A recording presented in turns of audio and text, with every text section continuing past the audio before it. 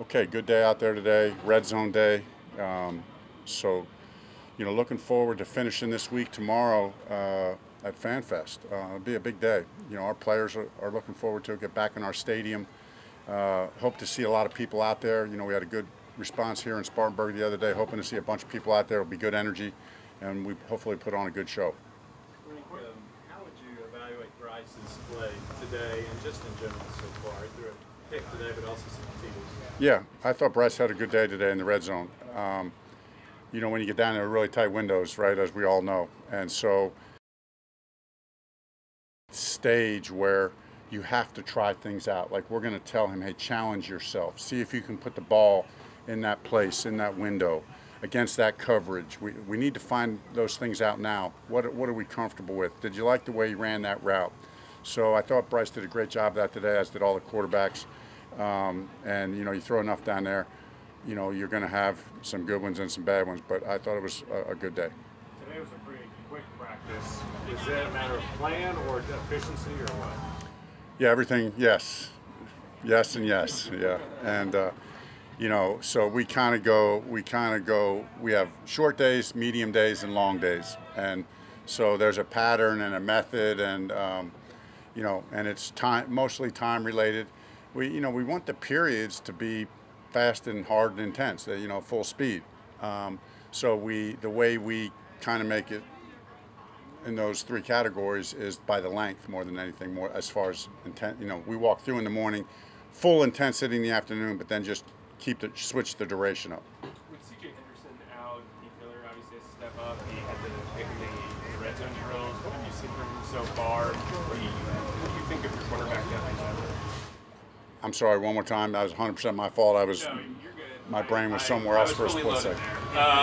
So, C.J. Henderson out, Keith Yeah. Taylor in, Yeah. has the pick in the red zone. What have you seen from him? What do you think of your cornerback depth as of now? Yeah, feel great about the cornerback depth. Great play by Keith. He's strung a couple good days together now, as you guys have seen, and I think you've noted. So that's what we're looking for. I mean, the play he made today in the red zone was really nice. Made a couple nice plays the other day in the stadium here. So we need that competition. We need that depth. Unfortunately, in this league, at every position, we got to have that, and this is a time of year that we can develop that to the fullest. Frank, you mentioned tight windows. Is that something you saw on tape with Bryce? Is that one of the things? Yeah, I think Bryce has really good anticipation and accuracy and sees those windows and has a good sense of not only the timing, but is it worth the risk, And, a lot of times in the red zone, you think touchdown to check down mentality, right? Hey, if they're going to give us that score, we got to make them pay. But then if it's first down and, there's a time to check it down. So what I think he's showing when we did OTAs and our first day here is a good sense of that. I saw that today. There were a couple times where he checked it down, where I maybe could have held it for a little bit longer and taken that shot into the end zone, but is it worth it? Sometimes it is, sometimes it isn't. So I thought that was good work by him. Get done with the practice and watch the film and say to a coordinator or maybe to a position coach, hey, we need to target this guy more, or we need to get this guy more involved in something. We saw Ian Thomas really heavily involved today. Yes, we do that. I mean, we are always trying to spread it around. We love spreading the ball around. I mean, and we talk about it all the time. So, and I think the position coaches do, Thomas does a great job of that in scripting it and calling it. But I think the coaches also do a good job of it. They, everything's scripted out. So you don't know where the ball's going to go on every play, but you can get an idea of, hey, who's number one in the progression, and try to switch it up like that. So I think that's important, make guys feel involved. What little things you're seeing in Bryce that you feel like he needs to work on to get better at so far? Everything. I don't mean to say it like that, but literally, there's no stone that can be left unturned. I know, all these players are good in so many ways, but our mentality is we got to scratch and claw for incremental improvement in every area. These players are already so good, but what can we do? We can have small incremental improvement in every area. I want to ask you about Luvu. He reminded any player you coached before or played with?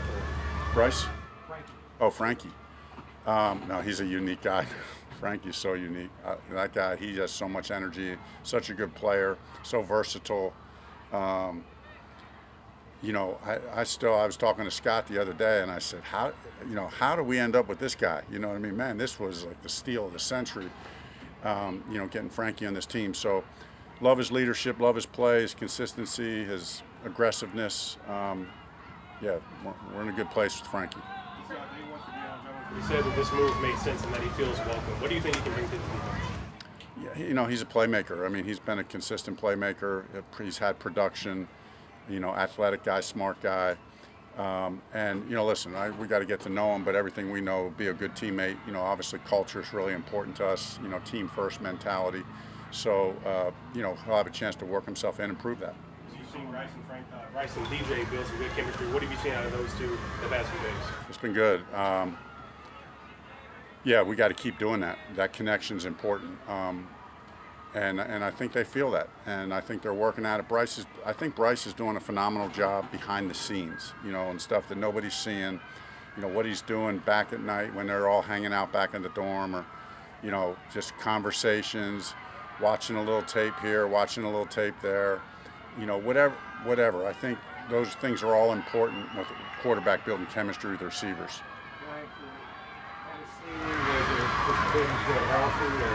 Yeah, it was unfortunate. We really like John. I mean, the person and the player. But just since he got here, it was just fighting the injury after injury after injury, and so. But certainly appreciated his contribution while he was here. Do you have a status on Zavala and Yeah, he's making good progress.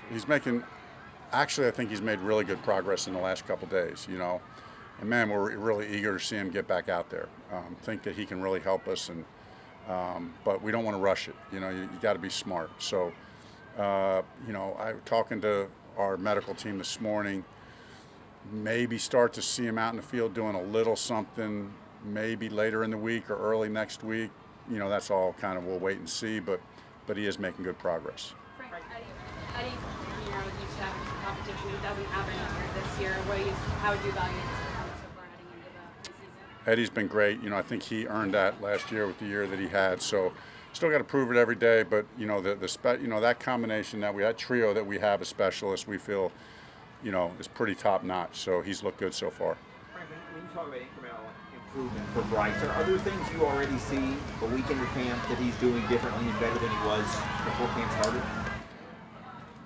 Yeah, and again, I'm not trying to make this sound like but like literally everything, right? I mean, the way he's handling the huddle,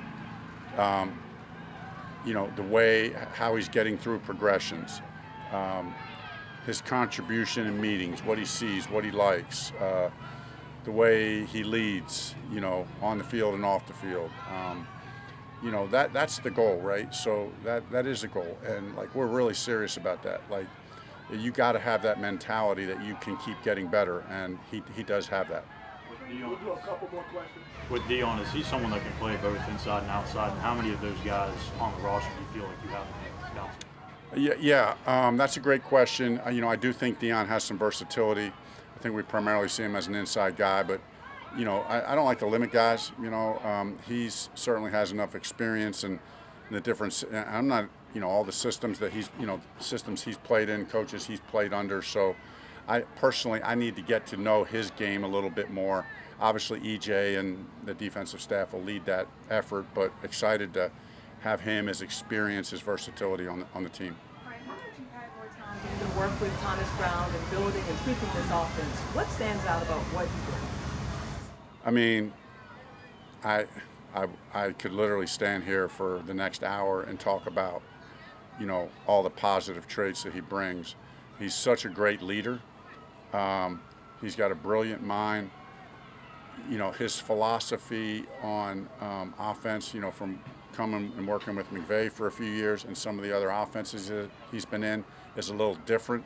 And that diversity of thought has blended really well.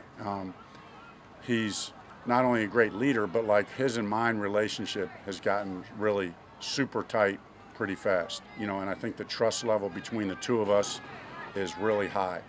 and we can have good conversations. We can have difficult conversations. Yeah, I agree or don't agree, and he, talking back like I should be able to. So I think he's going to be a great leader for our offense. If I could follow up, how was the last one build in the way that you have so quickly? I think we both want this team to be great, and we both personally want to be great. And we want to be a part of something special.